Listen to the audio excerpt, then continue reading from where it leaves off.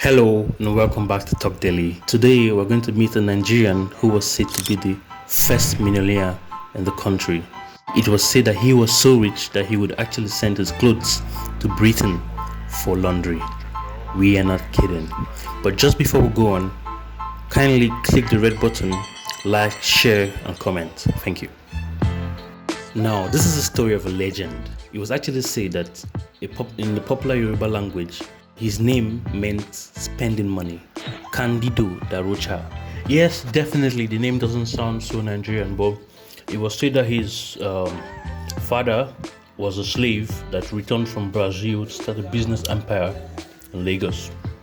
Da Rocha was said to have been born in the year 1860. That is a lot of years.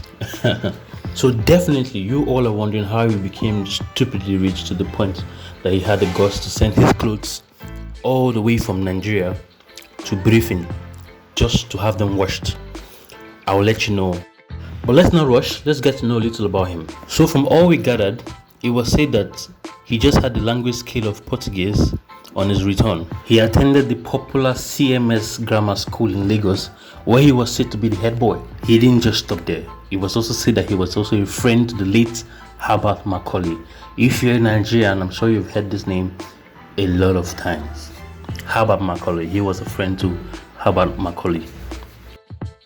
So like I earlier said, the Rochas was into a chain of businesses, but he was most prominently known to have a water business. Now, he had laid water pipes from Iju to Lagos Island and just providing water in major places in Lagos because it was said that there was a high demand for pipe-borne water. Now, these water connections that he had made was said to be serving the whole of Lagos in the 20s, even to the point that the colonial administrators were said to be paying the Rochas for the water supply in Lagos.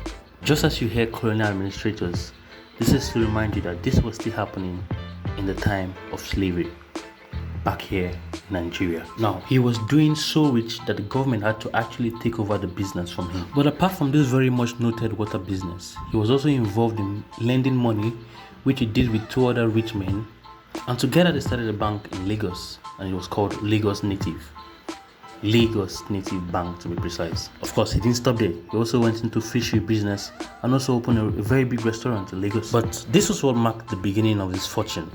Now, an English gold prospector who wanted to travel back to England approached the Rochas in 1894 with bars of gold that he mined and wanted to dispose of. But just as it is in typical business operations, there was a problem of funds, so he did not have the money required to buy the goods.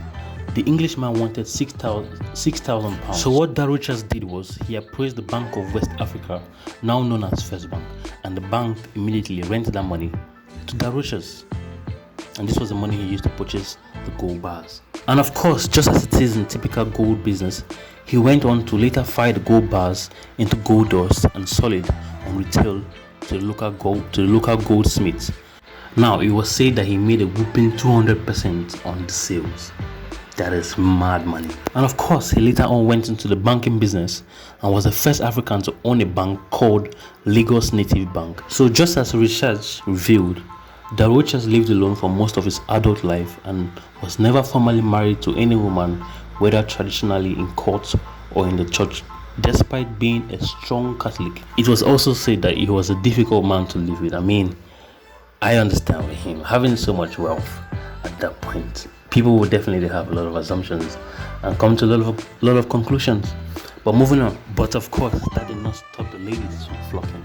It was known that three women were known to have had children for him and lived with him briefly. And just typically, when people needed money from him, all he needed to do was just come from the balcony and ask how much they wanted, and all he had to do was just throw the money down to them.